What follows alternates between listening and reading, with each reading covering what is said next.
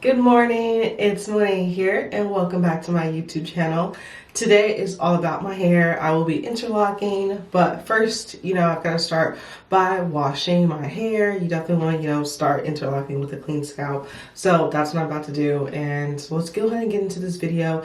I think this is my first time interlocking for the year, and it's almost May. So as you can already guess, there's a lot of new growth that I've experienced, and that is why we're trying to get this interlocking session done. So it's Tuesday and we're going to try and get as much done as possible today. I'm using my famous tea gel because that is what I use to really get that clean fresh scalp. All right, so I like to section off my hair. I already have a middle part, so I'm just going to go into 4 sections.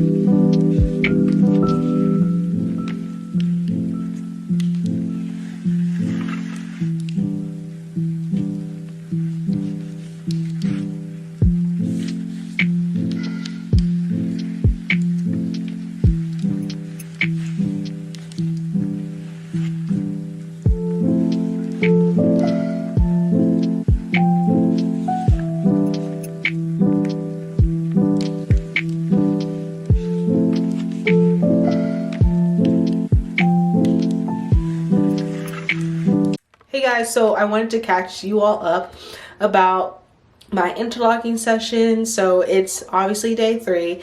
This morning we actually did like the sides, which took about 2 or 3 hours, and this evening we hope to get like another section going. So we're about halfway done, which is honestly pretty good. And so like I said earlier in the video, it's been 4 months since I've had a retie, and that has been, so the most like loops we've done was 20. Some of them required 20 loops, and the average is between 12 and 17. So in my opinion, that is like a decent amount of new growth, which is just like insane that your hair can grow that fast in just a short amount of time. But that's kind of what we're dealing with right now. I've been showing y'all close-ups of my grid. I surprisingly still have a grid, even though like actually one lock just came out yesterday. Sad face, but it's fine. Like we couldn't even figure out where it came from, and I think maybe like 2 or 3 months ago I had another lock that came out, but like it was so unclear where. There was like no hole, there was like no missing lock in my grid, which is just weird. So I don't know how that happens, but I literally have so many in my head, so I'm not bothered when one falls out. But luckily that majority of them are like healthy, and like there's not really a problem. And just like I think in my earlier log journey, I didn't realize like how imperative it is to like have a good interlocking session or regimen. Like you should be, I mean technically I'm supposed to be interlocking every 6 weeks.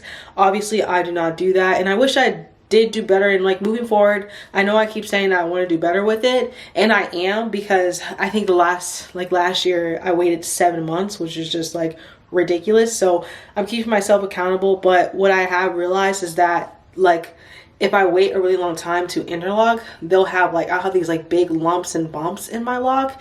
And obviously you don't want that. You want the lock to be like continuous, you know, like all one like width. So I've actually cut a few that I just hated, like I just didn't like, because it was just like such a huge bump, and I was just like, well, I'm gonna have my locks for a really long time, like I don't plan on getting rid of them, so I rather they all be like the same width, and I might as well just start fresh now. So I cut a few, and so those are like up in the front, and I'll probably show you guys them, you know, when we get the front done, and you can see like I've literally just chopped some off. They're like this long, but like I said, it doesn't really bother me. Like I rather them grow out and be like the width that I want versus like my hair being really long and then it being like noticeable that I had to cut some. Another thing that I've been dealing with this interlock session that maybe not previously I've had to deal with, the nape of my neck experiences a lot of lint collection. So my hair is really starting to collect some lint, and I wasn't really being like on top of that, you know, like obviously my hair is like fully locked at this point, and now that it's reached that like full lock, I'm almost, you know, 3 years locked now, the lint is collecting, and I just know like moving forward, like I really gotta stay on top of it, because once the lint's in there, it's ridiculously hard, if not impossible, to get rid of. So without damaging, you know, I've seen people use tweezers, that process. There's also an option of like dyeing your hair, or like using a Sharpie and like darkening the lint there. That's an option, but I'm gonna have to figure out some solution, because yeah, it's getting bad. But at least I'm aware now, and I can follow the correct steps to prevent that. But let's go ahead and get into this interlocking session, and hopefully we get a lot done tonight. Hey guys, it's day 4 of this retying session. We got a lot done last night, and honestly this morning we got up around 11 and worked till 2:30. So honestly, like through the counting all the hours so far, we're about 18 hours, and we still have a decent amount to go. I do think the fact that we have the sides done, we just kind of have like the bulk right here and here. And this morning, as you can see, we didn't get the left side done. So like the left side here, if you can like see, we got the right side here. So honestly, I think tonight we just want to match the sides and get this left side done before we like tackle like the very front. But I had to do something, and I had to go somewhere, so this is the style that I wore my hair in, and I got a lot of compliments. I don't know if they were like genuine, but people were like, I love your hair like that. So hopefully they genuinely liked my hair, but it was surprising. I was just like, okay, thank you. But let's go ahead and get started. Hopefully we can like I think maybe spend 1 or 2 hours, hopefully not too long, and get that section done. So I'll see you guys later. Okay, so now it is time to repair my locks. And this is actually like the first time I've ever used this technique or any type of repairing, to be honest. But over some time, I've noticed that just the front row of my hair my locks just been struggling for some reason, and I was kind of tired of it. So I was like, you know what, I'm gonna figure out how to repair this. So this process is so easy. You don't need any tool or anything. So I've kept up with all my locks that I've either like cut off or that have broken off for whatever reason. So you take that piece and you want to comb it out. Like you want to comb it out because basically, or just like 1/2 inch out, because you're going to combine that piece with your lock. You also have to comb the lock that's still attached to your scalp, comb that out for like 1/2 inch or inch. And that the broken off piece is going to be like one piece of your braid. So basically I'm braiding it. And so the locks that is attached, I take that inch that I combed out and split it into 2. And so now I have 3 strands of hair for the braid. So I have the 2 strands of hair for the braid that's attached to my scalp in the lock, and then I have the broken off piece. And so once I just attach those 3 strands and start braiding, I continue to look. As you can see, you can't really tell that it was broken off or it wasn't the piece that was connected.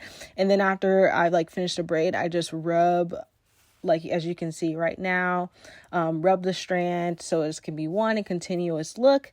And that is how I repair my hair. And I did like 4 or 5 of them. All right, I wanted to show you guys again how I do this repair method. I'm taking my lock and I'm combing it out. I'm trying to get like an inch or half an inch or somewhere in between. And this is important because you want to braid your hair like quite a few times with a new strand. You don't want it to be a weak link between the two. You want it to be like a decent amount of braiding. So I am really trying to comb it out, as you can see in this video. Okay, so this is splitting my hair into two. As you can see, like I'm really trying to form two complete different strands of hair out of this lock, which can be a little difficult when you have tiny locks like mine. So I just grabbed the broken piece, or this new piece that I'm adding, and I stick it in between the middle of the two strands that I just created. And now I am starting to braid it. I want to braid it all the way down, make that link as tight as possible with the braid. And with this process, you just have to be really meticulous, just really careful, and making sure that you are securing the braid as much as possible. Okay, so now I just rub my hands together with the lock between my hands, and I just do this over and over again until it looks like a continuous lock. You can't tell that I just connected two different pieces.